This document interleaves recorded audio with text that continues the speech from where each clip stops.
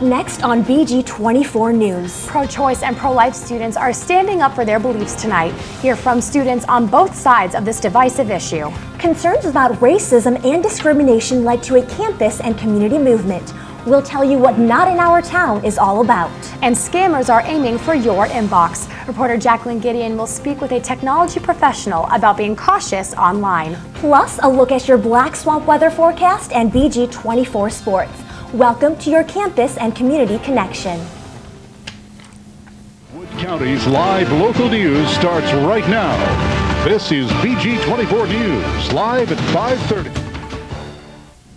Hello everyone, I'm Parminder Bunga. And I'm Madeline Fenning. Thanks for joining us tonight. You know, nothing divides our nation more than the controversial issue of abortion. That's very true, and actually that division was clear today on BGSU's campus. Student and Catholic organization Veritas is hosting a panel event tonight called Abortion, a Women's Perspective. Veritas members raised awareness all week. They started the week with a small vigil in remembrance of those affected by abortion. Veritas President Morgan Grillo says it's important to hear from the women. We really want to hear from the women, what their stories are. We want to focus on them specifically and, you know, what their experience was like through their traumatic symptoms that they have, psychological effects. Also just how they healed from it or didn't heal from it, whatever their stories may be. Another group of students agrees that women are important in the argument, but their point of view is much different. Feminist group Force is picketing the event by handing out informational flyers and condoms. The protest organizer says Veritas's event fails to represent abortion fairly. We believe that it's showing a biased perspective about what abortion experiences are like. They're only showing negative experiences of abortion or abortions that women regret, but we think that there's a total range of abortions that occur from positive to negative, and we want to show all of them. And we also believe that only the negative are being shown at this event in order to perpetuate an agenda that stops abortion and ends access to abortion. More than 40 people signed up to protest the event. The protest began at 11 this morning and will continue until 7 p.m. As always, we'll keep you updated on these events on our Facebook page at facebook.com/BG24News. Racially charged tweets geared towards minorities at BGSU caused turmoil among the community. Still, citizens are standing together through this tough time. Reporter Gemma Schultz joins me now to tell us about a movement called Not in Our Town. Gemma? Thanks, Madeline. The tweets first surfaced 2 weeks ago and got a major reaction from students and citizens in Bowling Green. That's when the university and the city decided it was time to take action. Hundreds of students and citizens of Bowling Green met together last night in Olds Camp Hall to inspire, empower, and honor diversity. Bowling Green State University came together with a community to help stop hatred and intolerance. The Not in Our Town campaign encourages students and community members to pledge to help provide a more safe and inclusive environment here in Bowling Green. Student activist Liz Gropsk says Not in Our Town is about more than just recognizing that there's a problem. Not only will I not participate in this hate or in any type of discrimination, but I will stand up to people who do. She says it's all about taking a stand. I will be an active member in my community in the sense that I will stand up to people who are intolerant, and I will, tell them that it's not okay. The Black Student Union President Tiffany Smith says that her goal is to turn this hurtful experience for BSU into something helpful for everyone. You can't really turn the tweets into positive things because they were negative. But the thing we're going to use, instead of using our passion to be mad or angry or upset, we're going to use our passion to better our community and target other things that are happening. The conference is part of an ongoing movement that encourages Bowling Green to keep a commitment to social justice. University President Mary Ellen Mazie stressed that acts of discrimination are unacceptable at the university and in the community. And discrimination just cannot be tolerated anymore. I mean, it shouldn't have ever been tolerated in the past. And so it's about diversity and celebrating diversity and inclusion.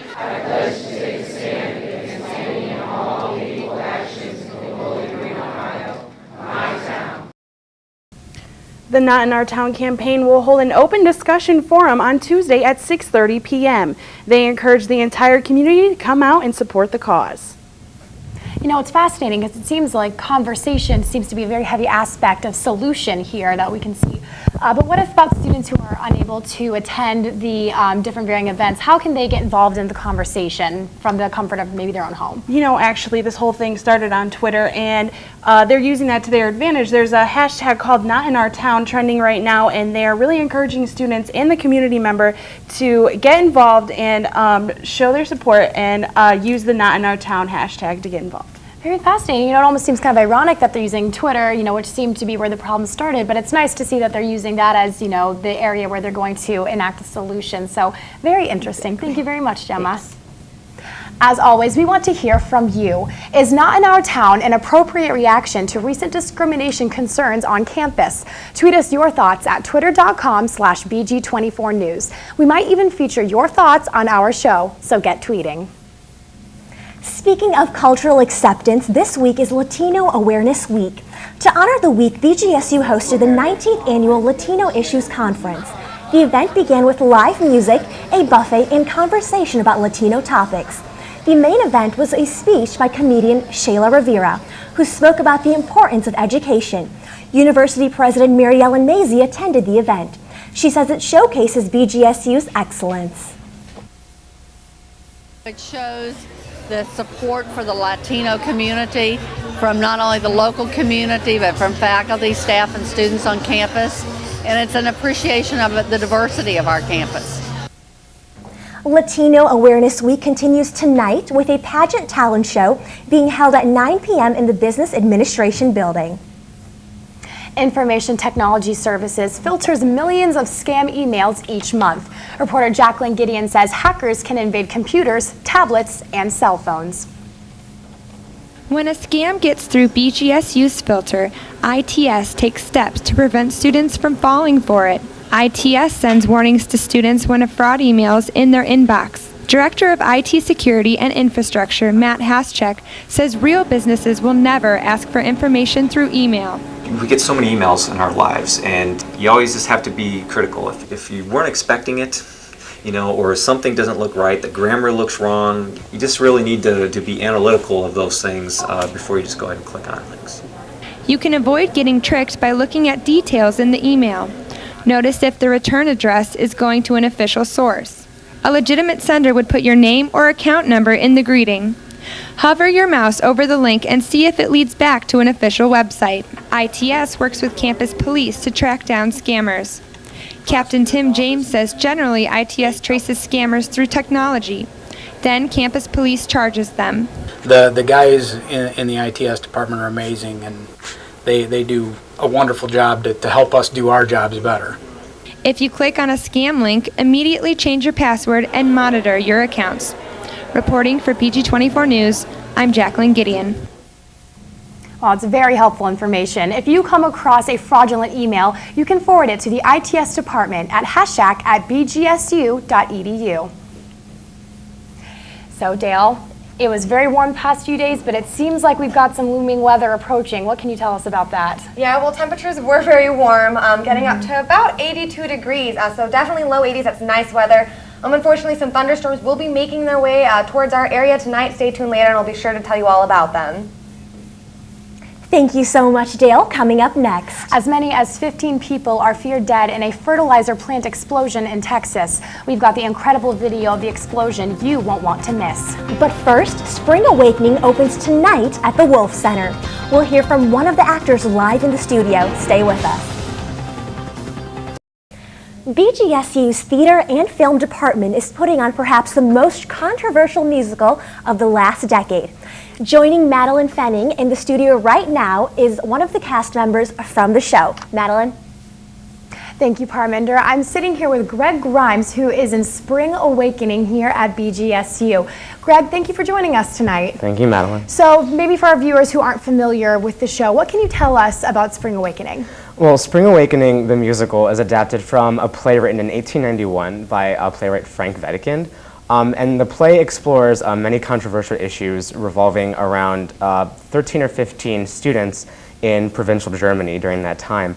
Now, the musical has been adapted by lyricist Steven Stater and composer Duncan Sheik, and follows the same students through these issues such as abortion, teenage pregnancy, depression, suicide, those types of things.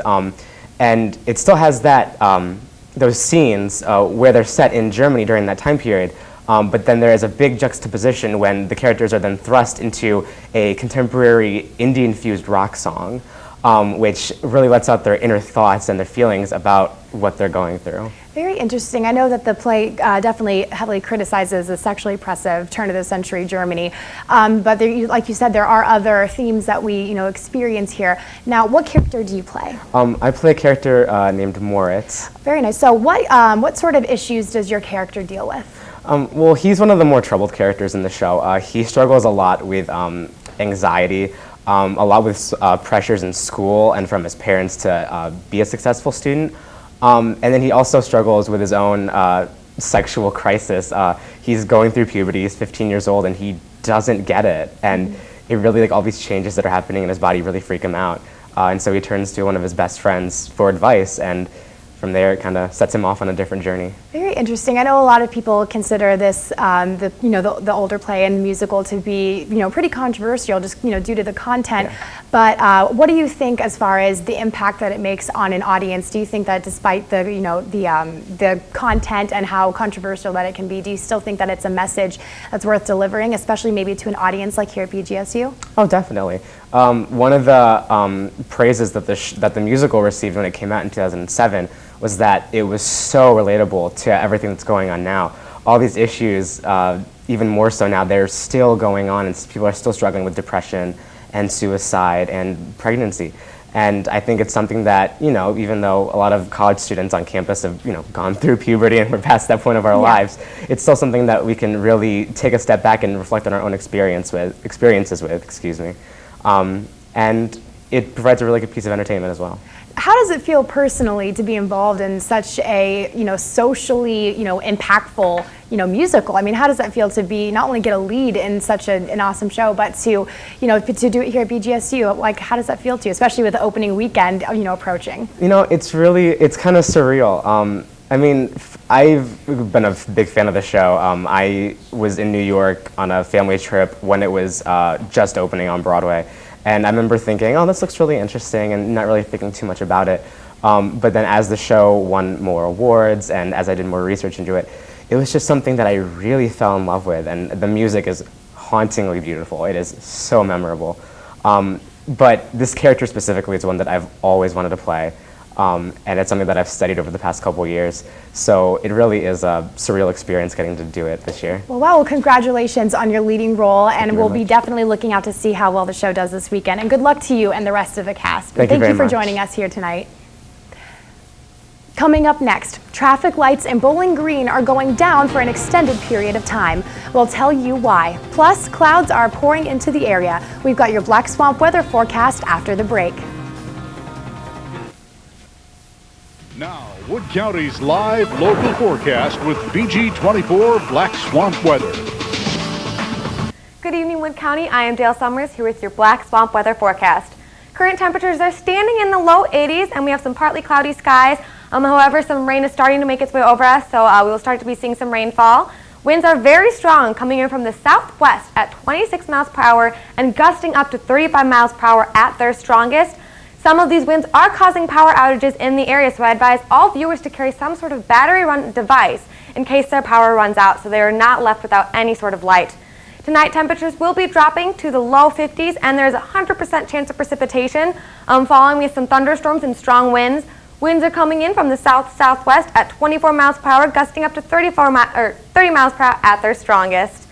Tomorrow, temperatures will not have increased much, actually lowering a little bit, but staying in the low 50s. We'll be experiencing some showers in the morning with chances of precipitation standing at about 80%. Winds are still strong, coming in from the west-southwest at 27 miles per hour and gusting up to 34 miles per hour at their strongest. Tomorrow night, temperatures will drop to about freezing. Chance of precipitation will also drop to about 10%. So, we might be able to say goodbye to some of the rain we are experiencing. Winds are coming in from the west-southwest at 22 miles per hour, gusting up to 30 miles per hour at their strongest. temperatures are in the area. Above Perrysburg, temperatures are standing in the low 80s, and as one heads up towards Toledo, temperatures have dropped down to about the mid-60s. If one continues a little bit west, temperatures are staying in the mid-60s.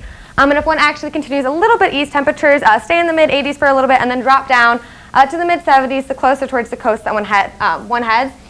Coming up through Texas and all the way up through Illinois, there is a cold front. About in Iowa, it is colliding with a warm front that veers off into Canada and then makes its way back down through Delaware and then exiting along the east coast.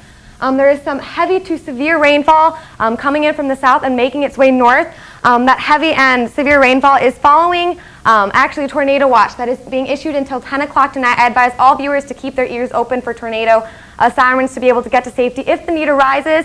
At the tip of the tornado watch, there is a severe thunderstorm alert, and it's a little bit above Ohio and then into Canada. Looking at our 5-day forecast, we will be experiencing some showers into the morning on Friday, and then the rain will dissipate. So Saturday and Sunday we'll be able to see some sun. Monday we'll be experiencing clouds in the morning and then sun into the afternoon, and then Tuesday we'll be seeing some more thunderstorms. So, definitely very moody weather, if you could call it that. Absolutely. Actually, what I've noticed is that when the sun is out and when it is really warm lately, students are taking advantage of it. I've seen so much summer fashion already. Yes. Shorts and bright colors and sandals and, everything like that. So it's good to see people taking advantage of the warmth, to enjoy it while it lasts. Exactly. I completely agree. And I mean, TJ Maxx has awesome clothes at great prices, so definitely check that out. I know, they just came to BG, so it's really cool. I know a lot of girls have been getting their clothes there. Yeah, and actually got this top from there. Did you? Very summery, very cute. All right. In national news tonight, we've got breaking news. The FBI has released photos of 2 suspects involved in the Boston bombings. You can see their pictures on our Facebook page. In other national news, a small city in Texas is still recovering from a massive explosion. The explosion happened at a fertilizer plant near Waco, Texas.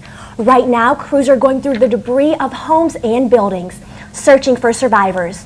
Officials fear several people may be dead. Dozens more were hurt in the blast. Here's a video of what appears to be a father and a child witnessing the explosion.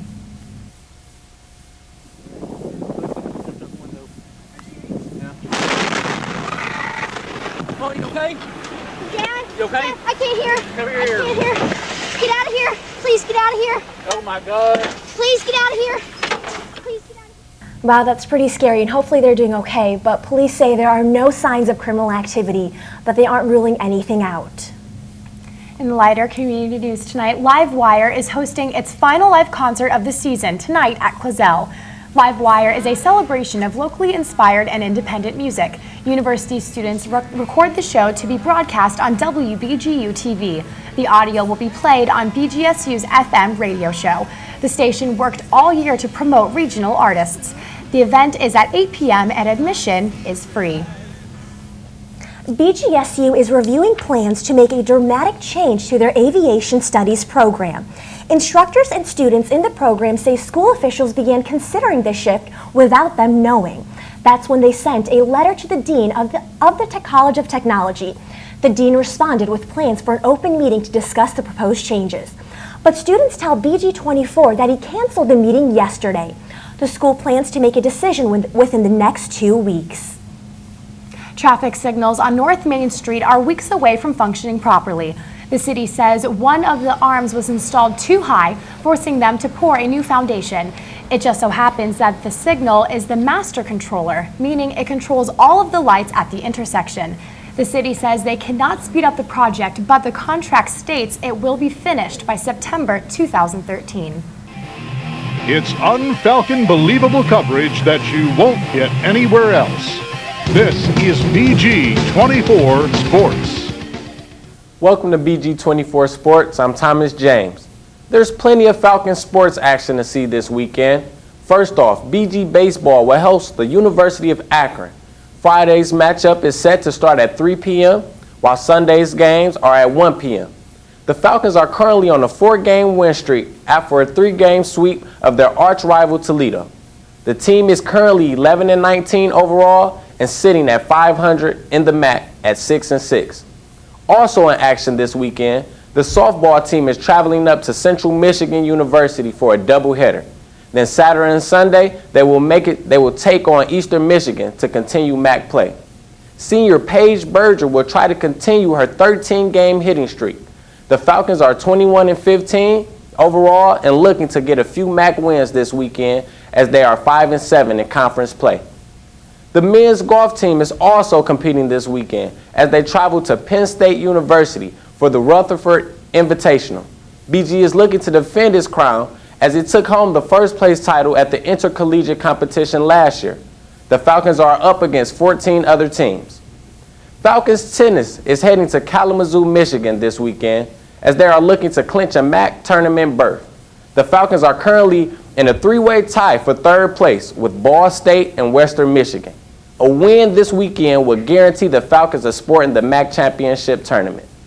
That's all for BG24 Sports. I'm Thomas James. We'll be right back. And now Dale Summers is back for a last look at our weekend forecast. Dale. Thank you, Arminder. We will be seeing some rain in the morning tomorrow. There's about an 80% chance of precipitation. However, that will go away for Saturday and Sunday. We'll be seeing some partly cloudy skies and some sun coming in on Monday as the clouds finally decide to go away for us.